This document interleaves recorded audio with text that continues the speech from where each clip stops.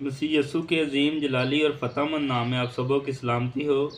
جی میرے عزیز بہنوں اور بھائیوں، مجھے امید ہے کہ آپ سب خیریت سے ہوں گے، تندرست ہوں گے اور خداوند کے فضل سے فٹ ہوں گے۔ آئیں کلام مقدس میں سے آج ہم جو سیکھنے والے ہیں، جو آج کا ہمارا عنوان ہے، جو آج کا ہمارا مضمون ہے، میں تمہیں نہیں جانتا۔ ہم آج جو کلام مقدس میں سے سیکھیں گے وہ ہماری زندگی میں تبدیلیاں لے کے آئے گا، وہ ہمیں تبدیل کرے گا، ہماری زندگیوں کو بدلے گا۔ جیسا کہ آپ نے ہزاروں مرتبہ سنا ہے کہ کلام مقدس تبدیل ہو گیا ہے، انجیل تبدیل ہو گئی ہے، لیکن آج جو میں آپ کو بتانے والا ہوں وہ آپ کی زندگیوں کو تبدیل کرے گا۔ آئیں کلام مقدس میں سے سیکھتے ہیں۔ متی کی انجیل اس کا 7 باب اور اس کی 21 سے 23 آیت تک تلاوت کریں گے اور سیکھیں گے اور اپنی زندگیوں کو تبدیل کریں گے۔ جو مجھ سے آئے خداوند کہتے ہیں، ان میں سے ہر ایک آسمان کی بادشاہی میں داخل نہ ہوگا، مگر وہی جو میرے آسمانی باپ کی مرضی پر چلتا ہے۔ اس دن بتھیرے مجھ سے کہیں گے، آئے خداوند، کیا ہم نے تیرے نام سے نبوت نہیں کی اور تیرے نام سے بدروحوں کو نہیں نکالا اور تیرے نام سے بہت سے معجزے نہیں دکھائے؟ اس وقت میں ان سے صاف کہہ دوں گا کہ میری کبھی تم سے واقفیت نہ تھی، اے بدکارو، میرے پاس سے چلے جاؤ۔ خداوند کے کلام پڑھے اور سنے جانے پر اس کی خاص برکت ہو۔ خداوند کا شکر ہو۔ تو میرے عزیز بہنوں اور بھائیوں، خدا کے کلام میں یہ صاف لکھا ہوا ہے کہ جو میرے آسمانی باپ کی مرضی پر نہیں چلتا وہ خدا کی بادشاہی میں داخل نہ ہوگا۔ کیونکہ خدا کی بادشاہی میں داخل ہونے کے لیے ہمیں خدا کی باتوں کو ماننا ہے اور ان پر عمل کرنا ہے۔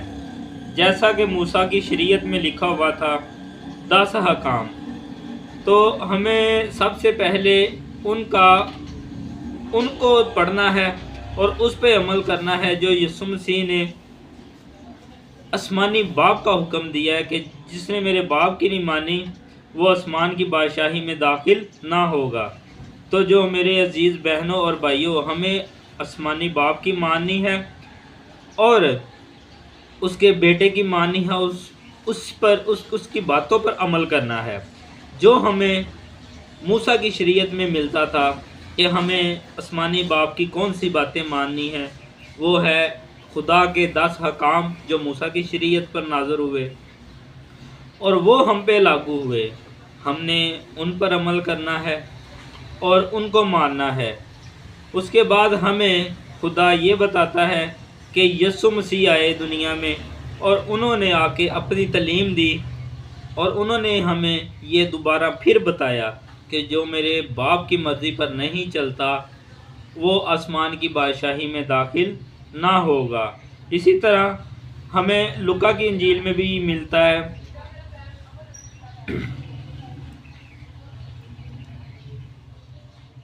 اس لوکا کی انجیل 13 باب اور اس کی 25 آیت کو جب ہم تلاوت کرتے ہیں وہاں پہ بھی ہمیں لکھا ملتا ہے،